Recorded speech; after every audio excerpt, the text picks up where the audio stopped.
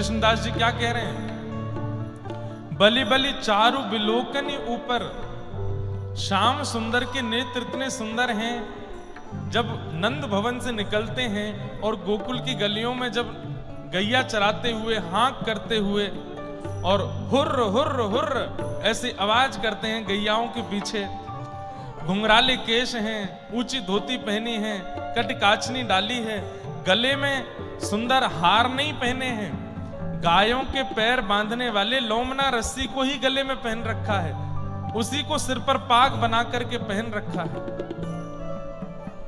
ऐसे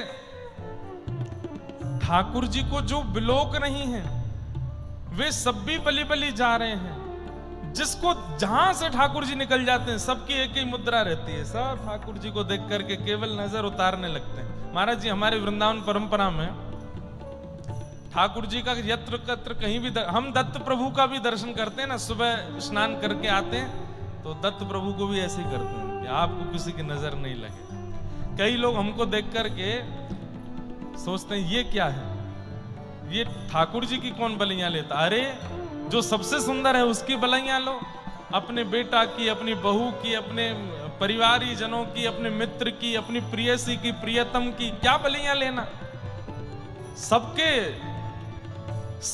सबसे सुंदर प्रियतम तो यही है ना, रोज इनकी बलियां लो कि हे नाथ आप सदा ऐसे ही राजी रहो, आप सदा ऐसे ही प्रसन्न रहो, कोई की अला बलाए आपको नहीं लगे। और प्रेम छलकता है बलियां लेने में। पांडुरंग का जब दर्शन करते हैं, ऐसे ठाड़े हैं ठाकुर जी, कितना सुंदर भाव।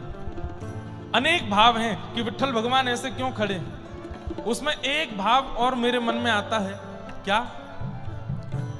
जैसे ही हम ठाकुर जी विट्ठलनाथ भगवान का दर्शन करने के लिए जाते हैं तो जैसे कोई व्यक्ति नाराज हो जाता है ना, तो वो भी ऐसे ठाड़ा हो जाता है और ऐसे कहते हैं, अरे मैं इतने दिनाते तेरी बाट निहार रहा हूं, इतने दिनाते तेरे काजे ठाड़ू, और तू अब जाके आयो मेरे पास।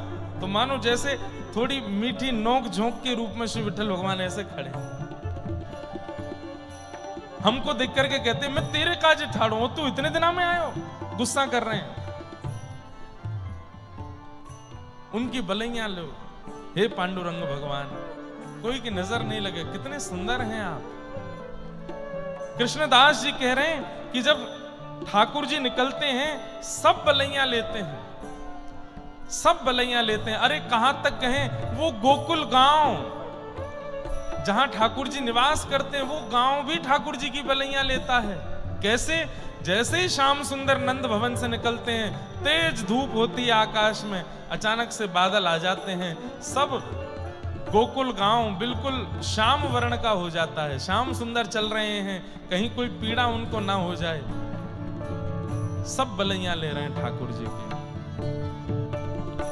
बलि बलि कृष्ण दास बलिहारी, बलि बलि कृष्ण दास बलिहारी, बलि बलि कृष्ण दास बलिहारी, बलि बलि कृष्ण दास बलिहारी, गुनी जन चित विश्राम,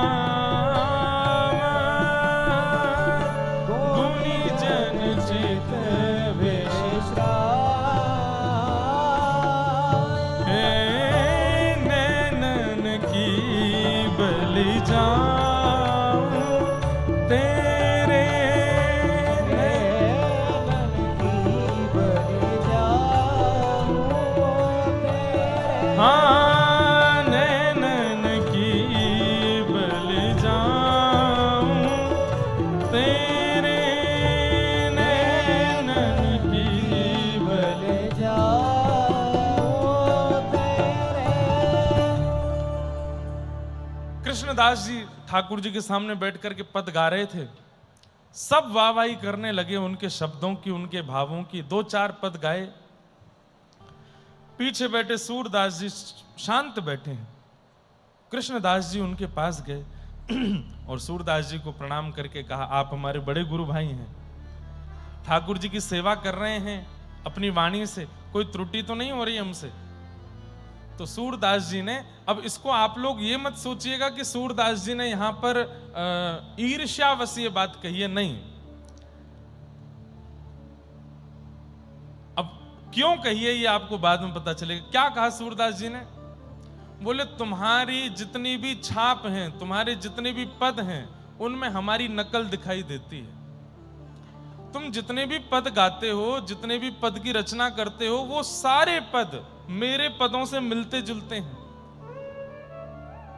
अब भाई कोई सीनियर कलाकार है और वो जूनियर को अगर ऐसे बोल दे तो थोड़ा अटपटा तो लगता है। उत्साहवर्धन करने की जगह आप ऐसे बोल रहे हो। कृष्णदास जी हाथ जोड़ के बैठे थे। सूरदास जी बोले देखो तुम्हारा वो पद, उसकी छाप देखो हमसे वहां मिलती है, वो वाला पद उसकी छाप वहां मिलती है, ये वाला पद उसकी छाप वहां मिलती है। इस प्रकार से सारे पदों को बता दिया कि सब हमारी नकल है। कुछ अलग लिखने का प्रयास करो, थोड़ा परिश्रम किया करो, थोड़ा जो है चिंतन किया करो, थोड़ा हमसे अलग लिखने की कोशिश करो। कृष्णदास जी बोले कोई बात नहीं सूरदास जी, मैं प्रयास करूंगा। अब इसमें ईर्ष्या नहीं है, क्या है मैं फिर कहूं, अभी पता चलेगा। कृष्णदास जी गए। अब कृष्णदास जी मन में सोचने लगे 1.25 लाख पद हैं सूरदास जी के। मैं किसी भी लीला में अगर लिखने का प्रयास करूंगा, एक एक लीला पर 10-10 पद लिखे सूरदास जी ने। भगवान कृष्ण के जन्म की लीला के 15 से 20 पद हैं। माखन चोरी लीला के 10 से 15 पद हैं। रास लीला के 50 पद हैं। एक ही रास के 50 पद हैं सूरदास जी के, अलग अलग अलग अलग भावों के। नाग नथन लीला, नाग को नथ रहे हैं ठाकुर जी, सूरदास जी का ही पद है। तांडव गति मुंडन पर, तांडव गति मुंडन पर, तांडव गति मुंडन पर, तांडव गति मुंडन पर, तांडव गति मुंडन पर, तांडव गति मुंडन पर, निरतत बनवारी, तांडव गति मुंडन पर, तांडव बनवारी, तांडव गति मुंडन पर, तांडव गति मुंडन पर, निरतत गिरधारी, तांडव गति मुंडन पर, निरतत गिरधारी, पम पम पम पग धरत, पम पम पम पग, पम पम पम पग पटकत, पम पम पम पद, फम फम फम फनन ऊपर, फम फम फम फनन, बिम बिम बिम बिनती करत, बिम बिम बिम बिनती करत, नाग बधू तारी, तांडव गति मुंडन पर, तांडव गति मुंडन, तांडव गति मुंडन पर, तांडव गति शम शम शम सनकादिक, शम शम शम सनकादिक, नम नम नम नारद मुनि, नम नम नम मम मम मम महादेव, मम मम मम महादेव, बम बम बलिहारी, तांडव गति मुंडन पर, तांडव। मतलब ये सूरदास जी की रचना की विशेषता है। दिखने लगेंगे श्याम सुंदर आपको सामने,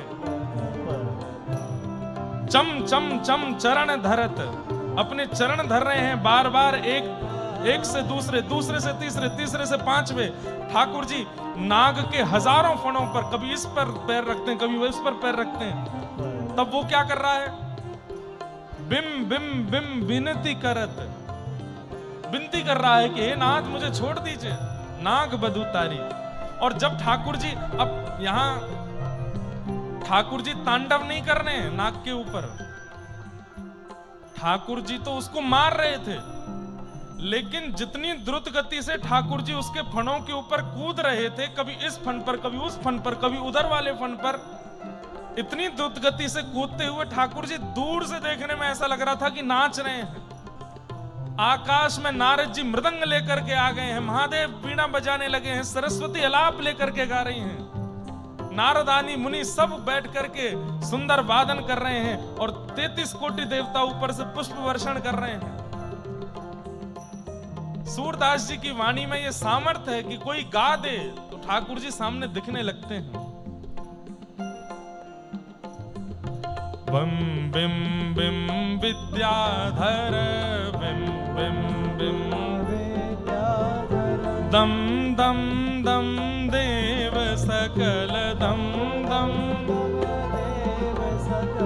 गम गम गम गंधर्वादिक गम गम गम, अरे नाचत दे तारी तांडव गति मुंडन पर, तांडव गति मुंडन निरतत बनवारी, तांडव गति मुंडन पर, तांडव बनवारी।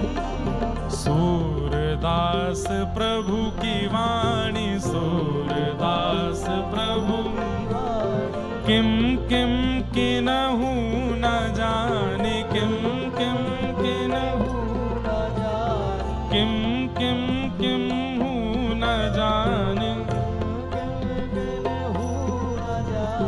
चम चम चम चरण पड़त, चम चम चम चरण निर्भय कियो काली, तांडव गति मुंडन पर, तांडव गति मुंडन, तांडव गति मुंडन पर, तांडव गति मुंडन निरतत बनवारी, तांडव गति मुंडन पर, तांडव बनवारी, तांडव गति मुंडन पर, तांडव गति, तांडव गति, तांडव गति मुंडन पर। सूरदास प्रभु की वाणी, सूरदास जी की वाणी सामान्य नहीं है महाराज जी। एक और सुंदर बात, ये कालिया नाग नथन लीला जो है, इसके पीछे एक रहस्य और है जो श्री जयदेव गोस्वामी बताते हैं।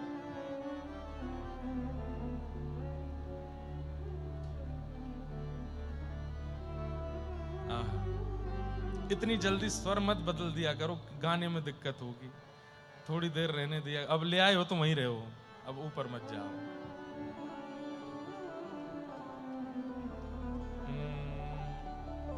कालिय विषधार गंजन जनरंजन जनरंजन। अब यहां जयदेव महाप्रभु कह रहे हैं कि कालिय विषधर गंजन जनरंजन है, कि कालिया नाग के फण के ऊपर ठाकुर जी जब नृत्य कर रहे हैं तो जनों का रंजन हो रहा है, सब खुश हो रहे हैं। लेकिन भागवत जी खोल के देखते हैं तो वहां पे सब रो रहे थे।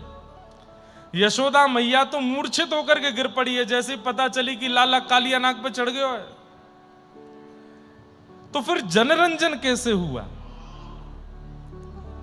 एक और सखा आ गए हैं, तीन तो अब देखो वो भी दिगंबरा बोलते हुए आ रहे हैं। दिगंबरा आ जाओ भैया, आ गए हो तू, तेरी प्रतीक्षा कर रहे हम सब रे। अद्भुत है भैया।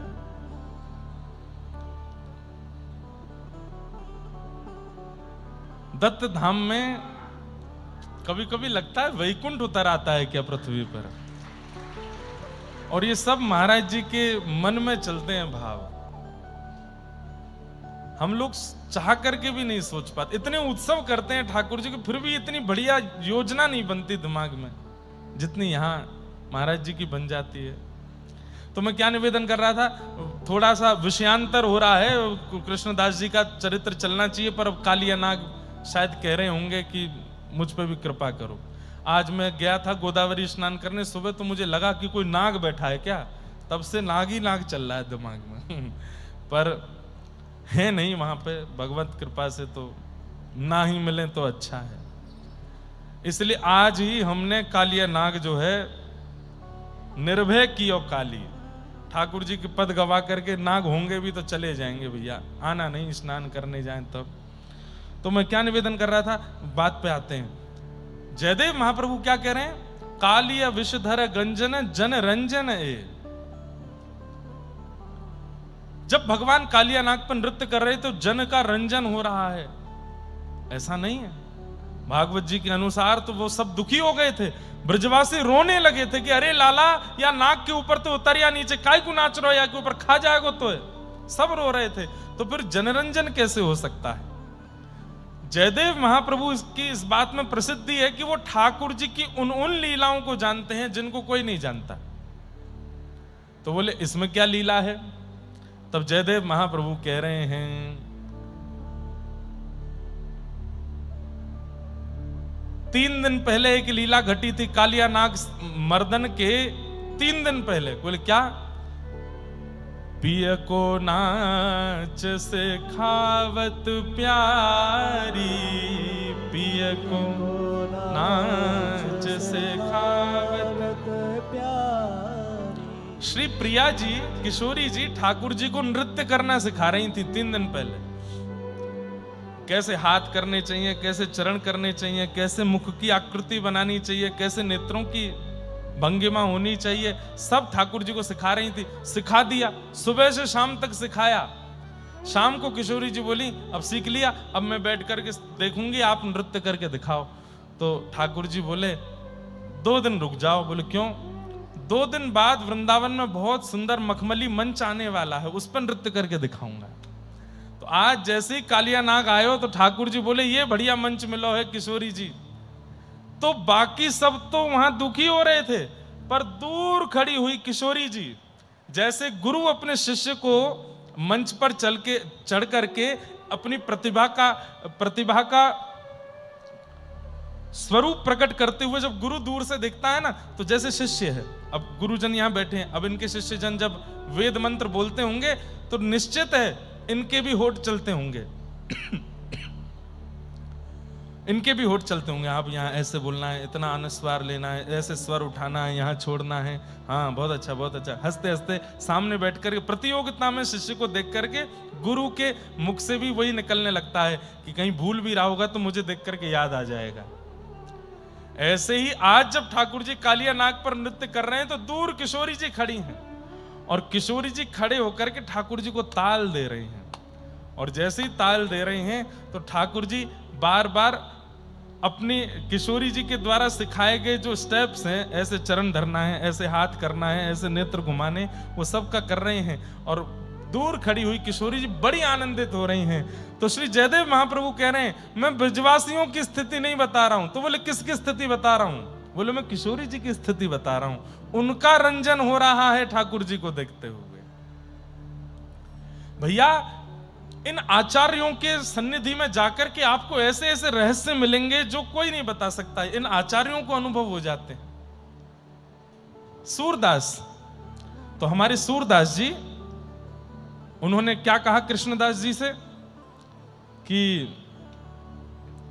कुछ नया लिखो, क्यों? क्योंकि तुम्हारे पदों में मेरी छाप दिखाई देती है, मेरी नकल करते हो ऐसा लगता है। तो कृष्णदास जी बोले आपने 1.25 लाख पद लिखे हैं, कितना भी लिख लूं मैं, कितना भी कुछ गा लूं, कहीं ना कहीं से आपका कुछ ना कुछ मेल हो ही जाएगा। अब ऐसा क्या लिखूं कि जो आपसे ना मेल खावे? सूरदास जी बोले बुद्धि का प्रयास करो और ठाकुर जी के चरणों में प्रेम भक्ति प्रकट करो, तो नकल नहीं लगेगी, कुछ नवीन लगेगा।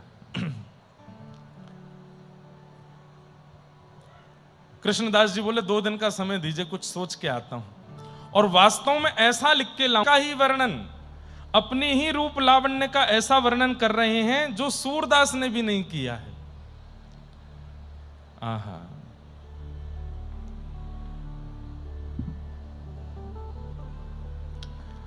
आवत बने कान गोप, आवत बने कान गोप, बालकन संग चेचुकी खुर रेणु छुरित अलकावली, आवत बने कान गोप। कृष्णदास जी के शब्द नहीं है, सूरदास जी के शब्द नहीं है, स्वयं जगत नियंता जगदाधार परमात्मा श्री कृष्ण अपने हाथों से लिख रहे हैं ये शब्द। क्या अर्थ है? आवत बने कान गोप। गोपाल जी गैया चरा करके लौट के आ रहे हैं नंद भवन, शाम की बेला, गौधूली बेला है, और कैसे लग रहे हैं? बालकन संग, साथ में ग्वाल बाल हैं, चेचुकी खुर रेणु छुरित। खुर की जो रेणु है, गैया जब चलती हैं तो उनके खुर से जो रेणु निकलती है, वो रेणु ठाकुर जी के अलकावली मतलब सुंदर घुंघराल हृदय को घायल कर देता है। किसी व्यक्ति का बोलना हृदय को घायल कर देता है, किसी व्यक्ति का स्पर्श अत्यंत सुख दे देता है। लेकिन ठाकुर जी जब चरण उठाते हैं और अगली तरफ चरण जब रखते हैं, उस गति को ही कोई देख लेता है तो उसका हृदय मानो जैसे पिघल जाता है। कैसी चाल है? बोले मोह मत मघ चाप। एक मतवाला हाथी जैसे मदमस्त होकर के चलता है, ऐसे श्याम सुंदर चल रहे हैं। बंक लोचन बाण, नेत्रों से क्या कर रहे हैं? बोले अपनी बौं रूपी धनुष पर अपने नेत्र रूपी बाण को धरते हैं और खींच करके जैसे ही तिरछे करते हैं तो मानो जो सामने आता है उसके हृदय में जाकर के वो नेत्र रूपी बाण ऐसे लगता है घायल होके गिर जाता है वो। अब ये एक चिंतन का विषय है, ये चिंतन करने वाली बात है। स्वयं श्री कृष्ण अपने नेत्रों का वर्णन कर रहे हैं, बंक लोचन बाण। एक तो सबसे बड़ी बात कि ठाकुर जी के नेत्र जो हैं, वृंदावन श्री कृष्ण चंद्र जो हैं, इनके पूरे नेत्र नहीं खुलते, पूरे नेत्र नहीं खोलते ठाकुर जी, आधे नेत्र खोलते हैं। ये नेत्रों की जो पुतली है बीच की काली काली, ये आधी ऊपर की पलक में ढकी रहती है, आधे ही दिखते हैं। मतलब जैसे कोई मदमस्त, कोई कहने में थोड़ी अटपटी बात लगती है, लेकिन कोई ऐसे पदार्थ को खाकर के व्यक्ति थोड़ा नशे में मस्त हो जाता है, उसके नेत्र जैसे चढ़ जाते हैं, ऐसे ठाकुर जी के नेत्र 24 घंटा रहते हैं। यहां देखो, यहां देखो, यहां देखो, ये छवि मैं कह रहा हूं ना, सूरदास जी की वाणी नहीं है, कृष्णदास जी की वाणी नहीं है, स्वयं ठाकुर जी की वाणी है। हमने तुकाराम जी के पद सुने हैं, ज्ञानेश्वर माउली के पद सुने, जनाबाई के पद सुने हैं, पर विठोबा खुद अपना पद लिख रहे हैं। ऐसा कृष्णदास के साथ हुआ है। कृष्णदास जी के लिए ठाकुर जी लिख के गए। बोले कैसे नेत्र हैं?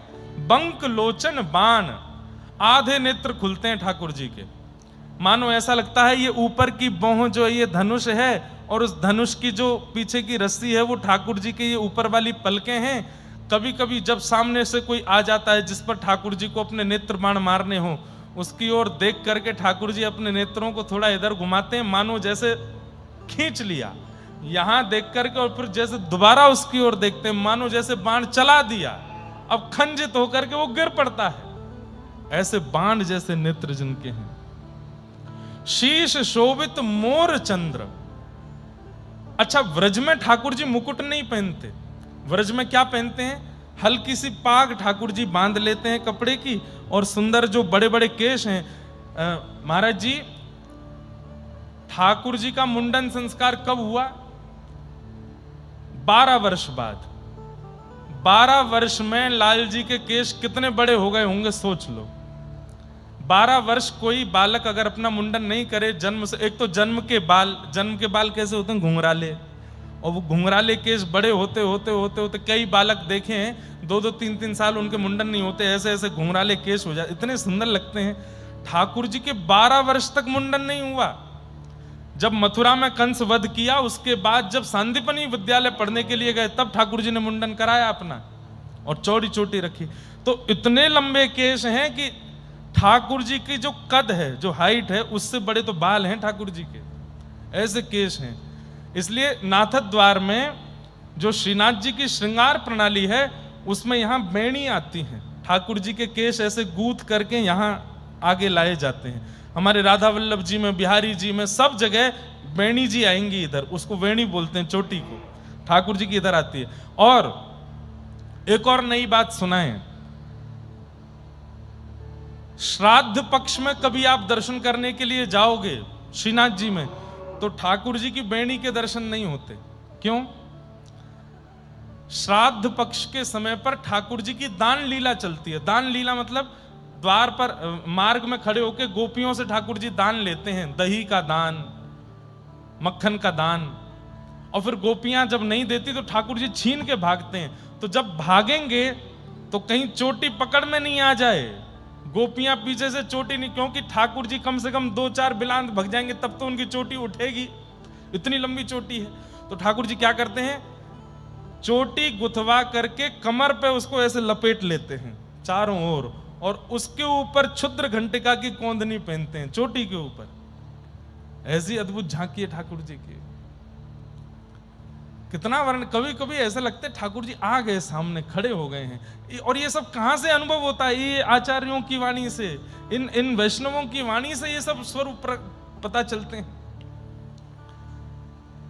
आहा, शीश शोभित मोर चंद्र, सुंदर घुंघराले केशों को गूंथ करके ठाकुर जी एक यहाँ जूड़ा जैसा बना लेते हैं, उस पर एक पाग बांध देते हैं, उसमें एक मोर पिच्छ लगाते हैं।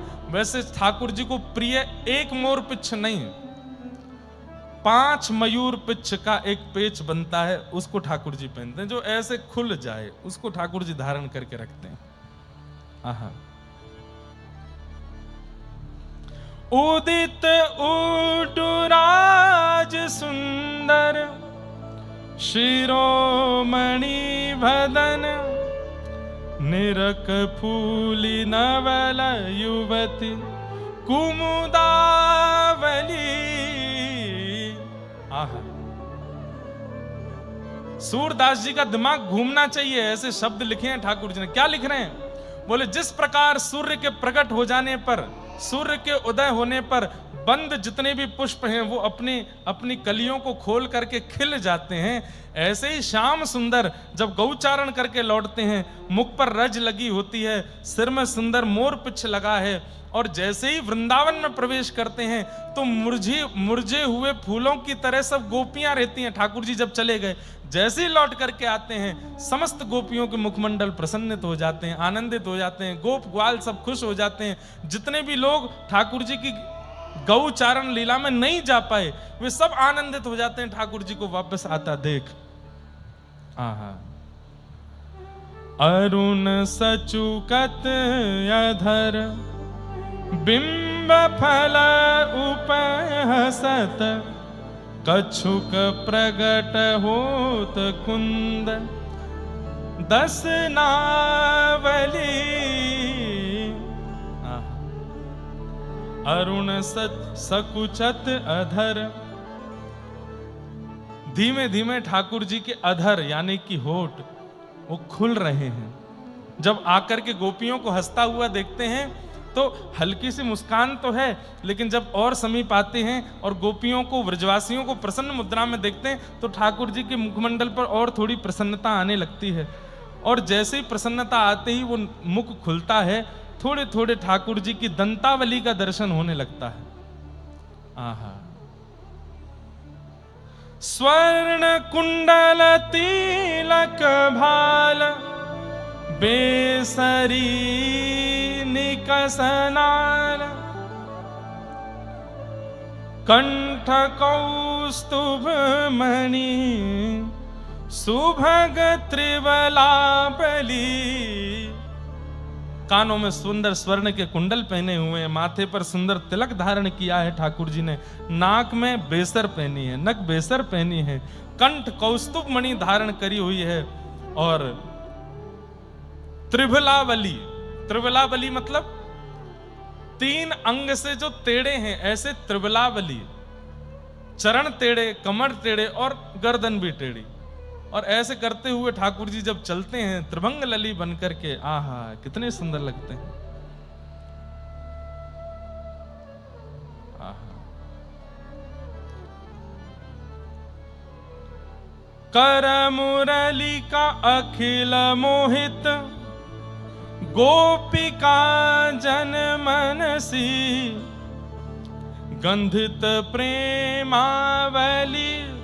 अपने अधर पर जब मुरली को धारण करते हैं, गोपिकाओं के जनमन का जब हरण कर लेते हैं ठाकुर जी, कटि क्षुद्र घंटिका कनक हीरा मई, नाभि अंबुज वलित भृंग रोमावली। और अंत में क्या लिख रहे हैं? आहा। पीत के सई पाट धार,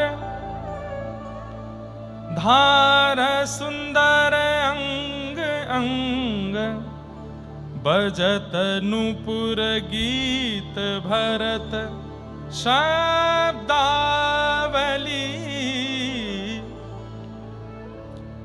केसर जैसे रंग की सुंदर पीली एक पटका पहना हुआ है, और जब चल रहे हैं तो पैर के नूपुरों से जो छम छम छम झम झम झम जो शब्द प्रकट होना चाहिए वो छम छम नहीं हो रहा है। तो बोले क्या हो रहा है? बोले गीत भरत शब्दावली, मानो जैसे कोई खूब सुंदर स्वर में, तीखे स्वर में कोई गा रहा हो। ठाकुर जी के नूपुर ऐसे लगते हैं जैसे मानो समाज में बैठ करके खूब सारे लोग गा रहे हों। आहा। कृष्ण दास बलि गिरधर, लाल के चरण ऊपर, कृष्ण दास बलि गिरधर, लाल के चरण ऊपर, नख चंद्रिका हरत तिमिरावली। कृष्णदास बलि गिरधर, ऐसे सुंदर गिरधर की कृष्णदास बलैया ले रहे हैं, और जिनके नखचंद्र, जिनके पैरों के नख कैसे हैं, नाखून कैसे हैं, बोले उनको देखने से हृदय में जितना तिमिर है, जितने विषाद हैं, जितनी पीड़ा है, सब दूर हो रही हैं। ऐसे श्री कृष्ण का मधुर रूप का वर्णन यहां हो रहा है। आबत बन कान गोप, बालकन संग धेनु चरात। सुंदर पद रचना करके रात्रि में बैठ करके ठाकुर जी लिख करके सारे पद, और वहां से चले गए। सुबह सुबह जब उठे कृष्णदास जी, और जैसे ही अपनी उस किताब को खोला, रोज बैठते थे आज क्या लिखूं, कुछ तो लिखूं सूरदास जी को सुनाने के लिए, लेकिन कोई शब्द ऐसा सुनाई नहीं देता। आज जैसे किताब खोली तो उसमें से चंदन की सुगंधी आ रही थी। आज किताब मानो ऐसी लग रही थी जैसे मानो कोई रुई का फोहा उठा लिया हो, इतनी अद्भुत उसके प्रति भावना प्रकट हो रही थी। और जैसे ही खोल करके देखा, इतनी सुंदर लेखनी, इतनी सुंदर लिखाई में एक सुंदर पद लिखा है।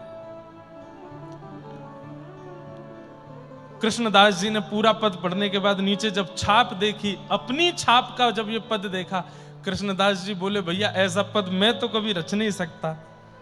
दौड़े दौड़े मंदिर गए, जाके जैसे ही श्रीनाथ जी के दर्शन किए, श्रीनाथ जी मंद मुस्कुरा रहे हैं, कृष्णदास जी की ओर तिरछी नजर से देख रहे हैं और अपनी भौं उठा के पूछ रहे हैं कैसा लगो भाव। कृष्णदास जी बड़े प्रसन्न, बोले आप लिख करके गए? बोले हाँ, जाओ सुना दो सूरदास जी को। कृष्णदास जी गए, सूरदास जी से जाकर के बोले सब लोग यहां देखो। सूरदास जी से जाकर के बोले मैंने पद लिख लिया है आपको सुनाने के लिए। सूरदास जी बोले अच्छा सुनाओ। कृष्णदास जी सामने बैठे गाने लगे, आवत बन कान गोप बालकन संग चेचुकी खुर रेणु छुरत अलकावली मोह मत्त माघ चाप बक लोचन बान शीश शोभित मोर चंद्रावली।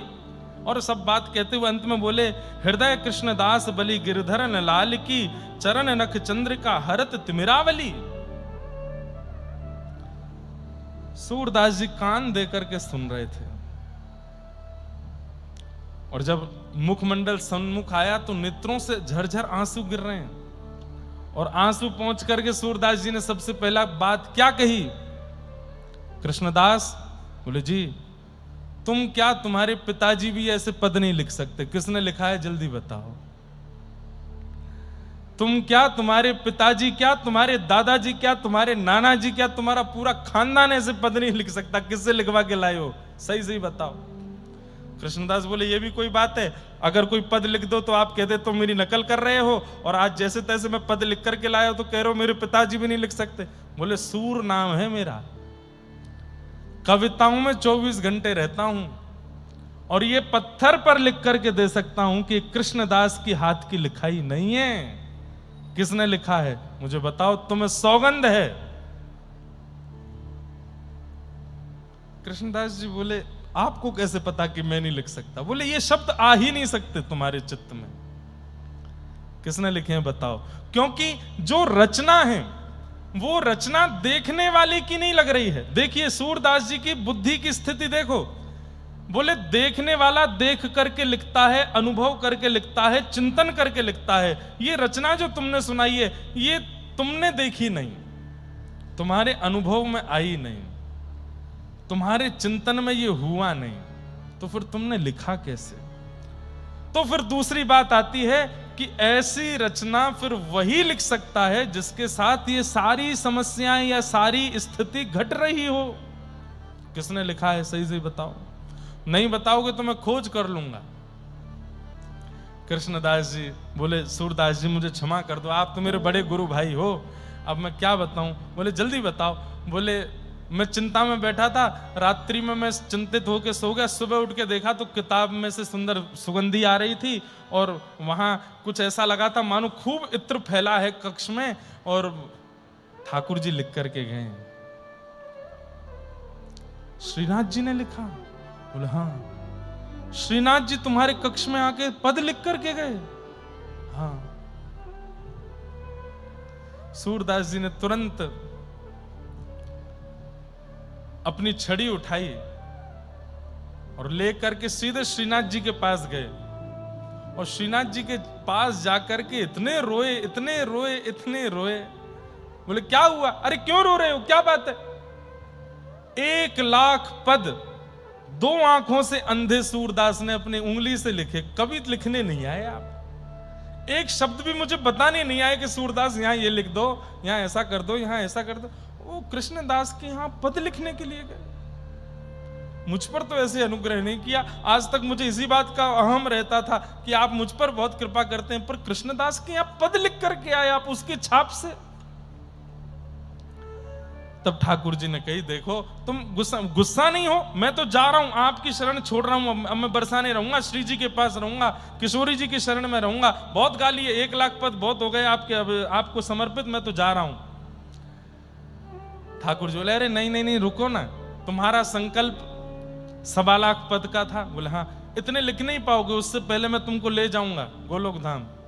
सूरदास जी बोले ये सुन के तो मुझे और कष्ट हो रहा है, मेरे संकल्प की भी पूर्ति नहीं होने दोगे आप? ठाकुर जी बोले पूरी बात तो सुनो। बोले क्या? कृष्णदास के लिए 1 पद लिखा, 1,00,000 तुमने लिख दिए, जो बचे 25,000 हैं वो मैं ही लिखने आऊंगा। इसके लिए 1 पद लिखा है, तुम्हारे लिए 25,000 पद लिखूंगा। और सूर श्याम की छाप से जितने भी पद हैं सूरदास जी के सब ठाकुर जी ने लिखे। मुझे ये बात बोलने में रोंगटे मेरे खड़े हो रहे हैं कि ठाकुर जी का यश मैं गाऊं।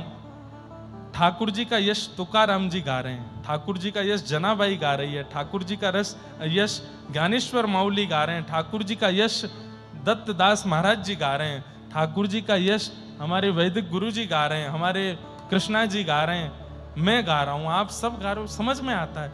पर ठाकुर जी का यश ठाकुर जी गा रहे हैं, मतलब आप सोचो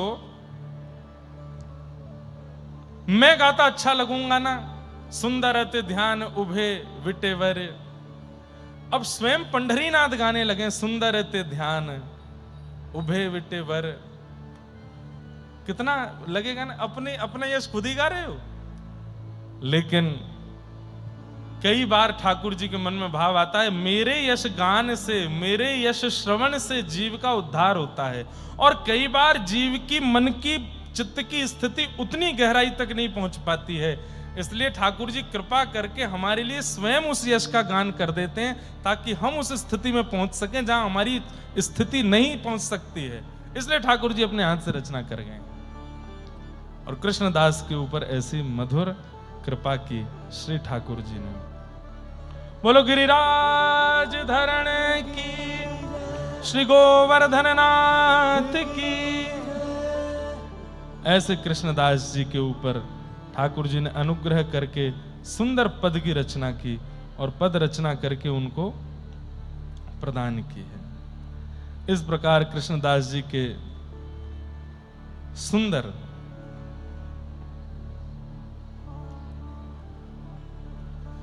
भाव के प्रति स्वरूप प्रतिफल में ठाकुर जी ने कृपा की। अब कृष्णदास जी के जीवन में एक मोड़ आया, जो संभवतः लगभग सब भक्तों के जीवन में आ ही जाता है। 95%, 5% नहीं कहूंगा, पर 95% तो भक्तों के जीवन में यह मोड़ आता है। और वो मोड़ कैसा था कि कृष्णदास जी अधिकारी हैं श्रीनाथ जी मंदिर के। तब आपका मन एक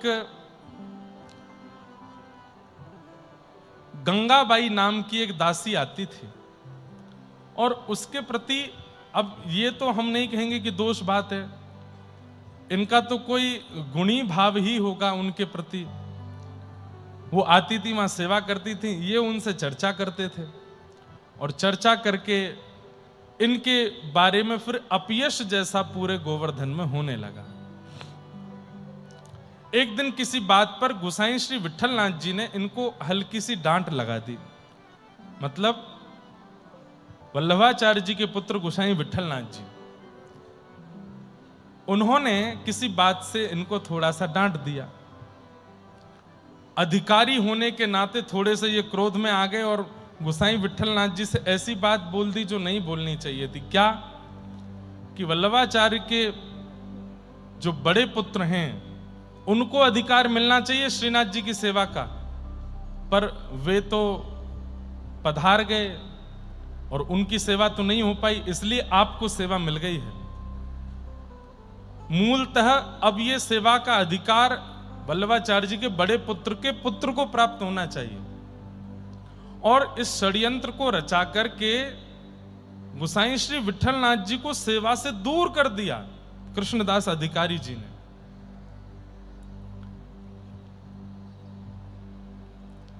विषय थोड़ा समझने का है, अब पूरा पुष्टि मार्ग समझना पड़े तो ये बात पूरी समझ में आवे, लेकिन फिर भी आप धीमे धीमे भाव से समझना। गंगाबाई के नाम से कुछ गलत कह दिया था, और जिससे कृष्णदास जी को पीड़ा हुई, और उन्होंने मन में ठान लिया कि श्रीनाथ जी की सेवा से आपको दूर नहीं किया तो मैं भी कृष्णदास अधिकारी नहीं।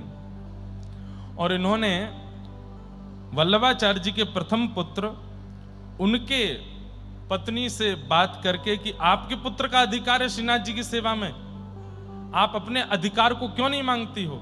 और इन्होंने भीड़ इकट्ठी करके और पूर्ण रूप से गोसाई श्री विठलनाथ जी को ठाकुर जी की सेवा से दूर कर दिया, और वल्लभाचार्य जी के प्रथम पुत्र के पुत्र सेवा में रहने लगे।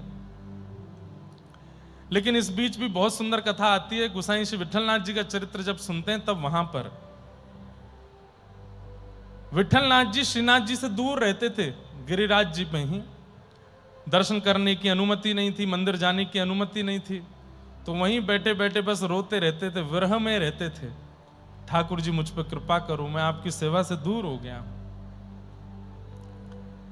ठाकुर जी को भी इनकी याद आती थी, क्या करें, कैसे पुनः मिलें गोसाई जी से। क्या करते थे, आज पान मनोरथ भी हुआ है, व्यास मंच पर खूब सारे पान लगे हैं। श्रीनाथ जी को नित्य 100 पान का भोग लगता है, 100 पान पाते हैं, ज्यादा भी हो सकते हैं, मैं कम बता रहा हूं। तो नित्य 100 पान तो ठाकुर जी की सेवा में जाते ही जाते हैं। तो जो पान की सेवा ठाकुर जी के पास जाती थी, गोसाई श्री विठलनाथ जी की बड़ी याद आती थी ठाकुर जी को। तो क्या करें, कैसे करें? तो जो पान बीड़ा आता था उसको पाने के बाद ठाकुर जी की जो यहां से थोड़ी सी लालिमा पीक जैसी आती थी, उससे ठाकुर जी पत्र लिखते थे, श्रीनाथ जी पत्र लिखते थे गोसाई श्री विठलनाथ जी को, और वो पत्र जैसे तैसे करके गोसाई जी तक पहुंच जाता था। गोसाई जी के सामने जब पत्र आते, पत्तल आती, खोल करके देखते तो उसमें जैसे मानो पान की जो लालिमा है उससे लिखा हुआ पत्र होता था, और ठाकुर जी उसमें लिखते थे, गोसाई जी मोए आपकी बड़ी याद आवे, आप मुकू ऐसे नहलायो करते, आप मुकू ऐसे पवायो करते, आप मुकू ऐसे पोशाक पहनाते, मुकू बड़ी याद आ रही है, आप मेरी सेवा में दोबारा कब आओगे? ऐसे करके ठाकुर जी पत्र लिख करके भेजते गोसाई जी को। और गोसाई जी पत्र पढ़ के इतना रोते, इतना, उसके ऊपर पूरा एक ग्रंथ है ठाकुर जी और गोसाई श्री विठलनाथ जी की आपसी वार्ता के ऊपर। एक दिन मैं जरूर सुनाऊंगा, वो भी पूरा विषय सुनाऊंगा, ठाकुर जी कैसे पत्र लिखते थे। अपराध हुआ, वैष्णव अपराध हुआ कृष्णदास जी के द्वारा, और इस अपराध की स्थिति ऐसी बन गई कि एक बार कृष्णदास जी को एक बहुत बड़े सेठ ने कहा कि हम श्रीनाथ जी के लिए कुआं खुलवाना चाहते हैं यहां पर गोवर्धन में, कितने रुपए में हो जाएगा? तो बोले कि 300 रुपया लगेंगे, जबकि उस समय में 200 रुपए में ही कुआं खुद जाते थे। आपने 100 अधिक बता करके 300 रुपए में करवाया, और जब कुआं खुद गया तो देखने के लिए आप गए थे कि कैसा बना है, देख ही रहे थे, तभी पैर फिसला और श्री कृष्णदास जी उसमें गिर गए और वहीं मृत्यु हो गई। अब सोचिए कितना सुंदर चरित्र चलता आ रहा था अभी तक कृष्णदास जी का, कितनी सुंदर उन पर कृपा और सुंदर भाव बने आ रहे थे, लेकिन अचानक से अंत कैसा हुआ? क्यों? दुर्जन संग न दे विधाता, ताते भलो नरक को बासा। एक दुर्जन व्यक्ति का संग जब जीवन में आता है तो हमारे जीवन की सारी स्थितियां बिगड़ने लग जाती हैं। बंधुओं, जिस व्यक्ति के संग आने से, जिस व्यक्ति के समीप आने से, जिस व्यक्ति के जीवन में आने से ठाकुर जी के प्रति समीपता बढ़ रही हो, उस व्यक्ति को ही सन्निकट रखिए। लेकिन जिस व्यक्ति के जीवन में आते ही पहले जैसी भक्ति नहीं बनी, पहले जैसे भाव नहीं बने, पहले जैसा प्रेम नहीं ठाकुर जी से, तो निश्चित है कहीं दुर्जन का संग तो नहीं हो गया आपसे। गंगाबाई जिनसे कृष्णदास जी की मित्रता हो गई थी, वो कोई दुर्जन थी ऐसा नहीं कहेंगे, लेकिन हां कृष्णदास जी की भक्ति में विक्षेप आ गया था। इसीलिए उन्होंने गोसाई श्री विठलनाथ जी जो कि गुरुपुत्र हैं उनके प्रति दोष भाव रखा और उनको ठाकुर जी की सेवा से दूर कर दिया। ऐसी लीला हुई और आप कुएं में रिपट के गिर गए और प्राणांत हो गया। अब प्राणांत तो उनका कुएं में गिर के हुआ, सब गोवर्धन के लोग आपस में चर्चा करने लगे, और चर्चा करते करते करते बात ये बन गई क्या कि कृष्णदास जी तो भूत बन गए हैं, क्योंकि उनकी अकाल मृत्यु हुई है।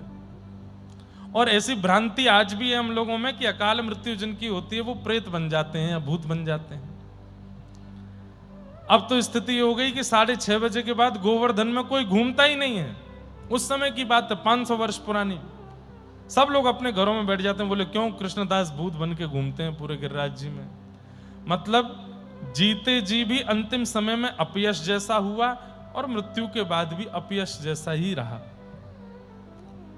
लेकिन गोसाई श्री विठलनाथ जी के मन में ये, जब उनको ये बात पता चली तो उन्होंने कहा कृष्णदास को मैं बहुत समीप से जानता हूं, हमारे पिताजी के शिष्य हैं वो, श्रीनाथ जी की बड़ी सेवा करी, तभी उनको अधिकारी पद मिला था। कृष्णदास अधिकारी कहा जाता था।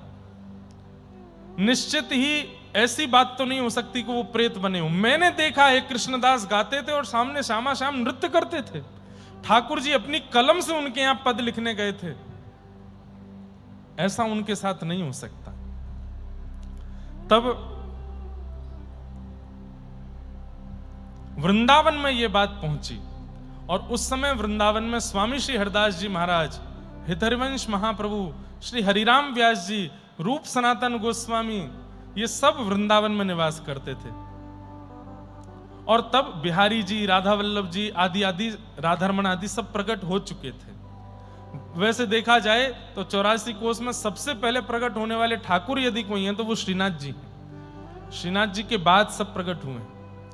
अब तो श्रीनाथ जी उदयपुर में विराजते हैं। तो जब ये बात स्वामी श्री हरिदास जी, हितहरिवंश महाप्रभु, हरिराम व्यास जी को पता चली तो उन्होंने कहा, कृष्ण भजन करने वाला प्रेत बन गया, ये अपयश कैसे हो सकता है? अरे एक बार भी अपने मुख से कृष्ण नाम गाया हो, वह भी प्रेत योनि में तो नहीं जा सकता। भगवान का इतना पद गाने वाले कृष्णदास प्रेत बन गए? ऐसा नहीं हो सकता। और वृंदावन से स्वामी श्री हरिदास जी, हितहरिवंश महाप्रभु आदि आदि सब आचार्य जन खूब सारी भक्तों की जमात लेकर निकल पड़े गोवर्धन के लिए। गोवर्धन जैसे ही आप पहुंचे तो राधा कुंड में आपकी जमात जब पहुंची, कितना सुंदर चरित्र, ध्यान से सुनना। स्वामी श्री हरिदास जी कौन है? ललिता सखी के अवतार। हितहरिवंश महाप्रभु कौन है? भगवान की वंशी के अवतार। हरिराम व्यास जी कौन है? विशाखा सखी के अवतार। तो ये दोनों किशोरी जी की मुख्य सखी हैं, ललिता और विशाखा। और वंशी भी रहती ठाकुर जी के पास है, पर है तो सखी दासी वो किशोरी जी की। तीनों किशोरी जी की सखियों को गोवर्धन आते देख ठाकुर जी डर गए। बोले अब मुंह पे और कोई को बस ना चले, मुंह कोई और डरा धमका ना सके, लेकिन ये किशोरी जी की सखीन की बड़े बस चले मुंह पे। अब क्या करूं मैं? ठाकुर जी इतना डरते हैं ललिता विशाखा आदि सखियों से। क्यों? किशोरी जी तो हमारी बड़ी भोली हैं, कछु कहमे ना है, पर ललिता विशाखा ये ठाकुर जी को कभी कभी खूब अच्छे से आनंद कराती रहे। मैं खूब डांटे, खूब फटकारे, ऐसे मत करो, हमारी प्रिया जी हैं, हमारी श्री जी हैं, उनको यहाँ कष्ट है जाएगा, यूं है जाएगा। एक बार दुबका धाई खेल रहे थे, दुबका धाई। एक बार दत्त धाम में भी खेलेंगे, खेलते हैं महाराज जी यहाँ दुबका धाई। अच्छा, पता ही नहीं दुबका धाई क्या होती है। महाराज जी एक व्यक्ति गिनती करेगा 10 तक, बाकी के सब छुप जाओ, और फिर वो उनको ढूंढेगा। करेंगे जब सब सो जाएंगे ना, तब अपने 10-15 लोग रात में उठ के लाइट वाइट सब बंद करके सबरे आनंद कर जाएंगे हम दत्त धाम में, आपको पता भी नहीं चलेगा। और ये भी करेंगे। बस एक ही है बात, क्या? जैसे वहां किसी को छू करके बोलना पड़ता है, यहाँ स्पर्श के नियम है, तो बस दिगंबरा इतना ही बोल देना देख करके, हाँ भाई तू देख लिया। अब जिसको पहले देखेंगे वो जाएगा, 10 तक गिनती गिने फिर आवे। लेकिन हम वृंदावन वालों के संग नहीं खेलेंगे हैं। तो वृंदावन वाले ने पता ही ना यहाँ कितने जो है सुरंग बननी होंगी दत्त धाम में। अब ये तो कहीं भी छुप जाएंगे सबरे जा करके, हम कहाँ छुपेंगे? लेकिन कुछ ना कुछ खेल तो खेलेंगे। खूब सारे खेल ऐसे हैं जो ठाकुर जी खेलते हैं, उन खेलों को खेलना चाहिए। और कैसे खेलना चाहिए?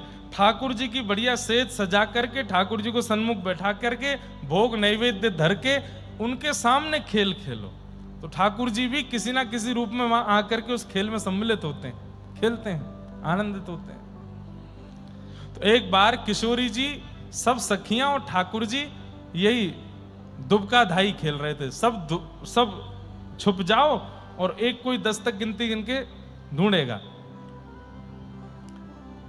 तो जैसे ही ठाकुर जी का, किशोरी जी का नंबर आया पहले, तो किशोरी जी जैसे ही गिनती करने लगी, ललिता विशाखा गई और ठाकुर जी की तुरंत वंशी निकाल ली। बोले सुनो, बोले क्या? किशोरी जी ढूंढने आएंगी। अच्छा, ज्यादा गहरे में जाके मत छुपना, ऐसी जगह छुपना कि किशोरी जी को ज्यादा श्रम नहीं करना पड़े, थोड़ी देर में ही आप मिल जाओ। ठाकुर जी बोले ये भी कोई बात है? मैं तो छुपूंगा किसी पेड़ पे ऊपर जाके।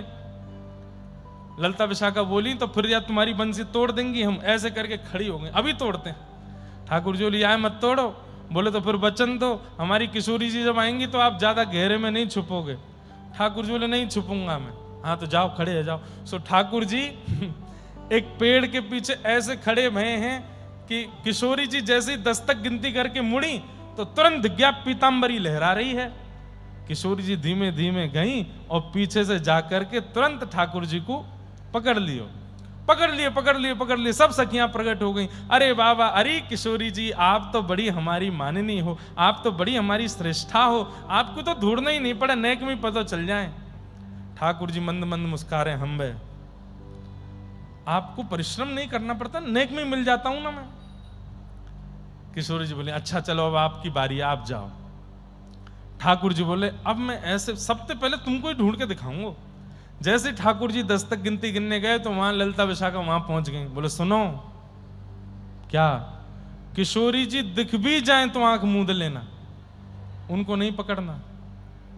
बोले तो एक बार तुम्हारी बात मान ले। विशाखा बोली तोड़ू बंसी अभी?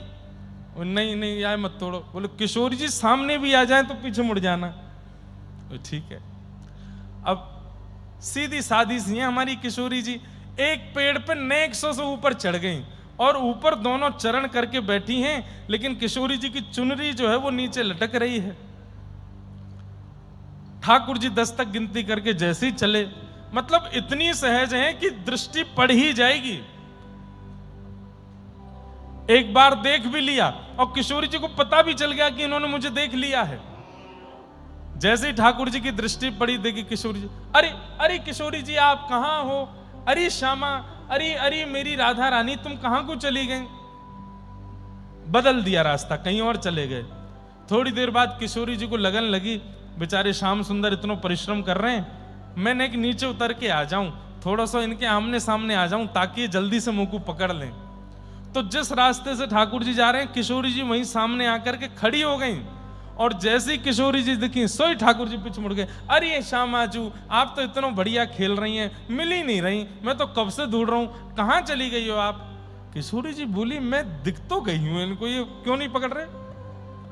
किशोरी जी थोड़े और पास वाले वृक्ष पे चली गई ताकि यहां से पकड़ लें। अब जैसे ठाकुर जी को पता चलो पीछे ही आ गई हैं तो और दूर चले गए ठाकुर। अरे श्यामाजू आप तो इतनी निपुण हैं खेल में, पता ना कहां चली गई हैं, अरे मिल ही नहीं रही हैं। अब तो मुकु यमराज को ही कहना पड़ेगा, अब तो ब्रह्मा से ही कहना पड़ेगा, महादेव से ही कहना पड़ेगा, ढूंढ के बताओ श्री जी कहां है।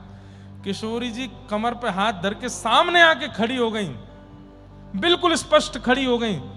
और तब भी ठाकुर जी देख के, अरे श्यामाजू तुम कहां हो, मुझको दिख ही नहीं रही हो। किशोरी जी ने पकड़ करके दोनों हाथ पकड़े और पकड़ करके अपने ऊपर रख के बोली ये खड़ी मैं दिख ना रही तुमको? अरे श्यामाजू आप यहीं ठाड़ी, मैं तो ढूंढते ढूंढते परेशान है गयो। इतने में सब सखियां आई, हमारी श्यामाजू जीत गई, श्यामाजू जीत गई। ठाकुर जी पकड़ नहीं पाए। ठाकुर जी कहें बिगाड़ लियो इन्हें, ने को परिश्रम नहीं करन देंगे, ने को कहीं छुपन नहीं देंगे, हमारी किशोरी जी को नहीं पकड़ना, हमारी किशोरी जी को, सब जगह इनको जिताते हो। ललिता विशाखा बोली आपकी भलाई यही में कि आप हारो और ये जीतें। और ये बात सुनो। बोले क्या? सौगंध खा करके कहो नंद बाबा की। बोले क्या? जब तक निकुंज में लीला चल रही है तब तक आप हारते ही रहोगे, श्री जी ही जीतेंगी हमारी, जो आज्ञा। बोले नहीं मानी आज्ञा तो आपके मोर पिच वंशी सब हरण कर ली जाएंगी, तोड़ फोड़ के फेंक दी जाएंगी यमुना जी में। महाराज बड़ा जो है डरा धमका के रखा गया है ठाकुर जी को, इसलिए बेचारे बड़े सहमे सहमे से रहते हैं ब्रजलीला में। क्यों? श्री जी को मान बढ़ाना। तो जैसे ही खबर पहुंची वृंदावन कि कृष्णदास प्रेत बन गए, स्वामी श्री हरिदास जी, हितरवंश महाप्रभु और श्री हरिराम व्यास जी तीनों वृंदावन से आए और तीनों ने मन में विचार किया अपने नाम को गाने वाले, इनका इतना यश गाने वाले उस कृष्णदास को इन्होंने अधोगति कर दी, इन्होंने प्रेत बना दिया। अभी जाके बताती हूं। जैसे ही तीनों पहुंचे हैं राधा कुंड, यहां गुसाई श्री विठलनाथ जी श्रीनाथ जी की सेवा कर रहे थे और सेवा करते करते श्रीनाथ जी का स्वरूप जो ऐसे विराजमान था, थोड़ी देर में ठाकुर जी के हाथ कांपने लगे, दांत कटकटाने लगे और ऐसे मुख कांपने लगा। तो गोसाई जी बोले, जय जय जय जय, कहाँ भयो, आप इतना घबरा काहे क्यों रहे हो?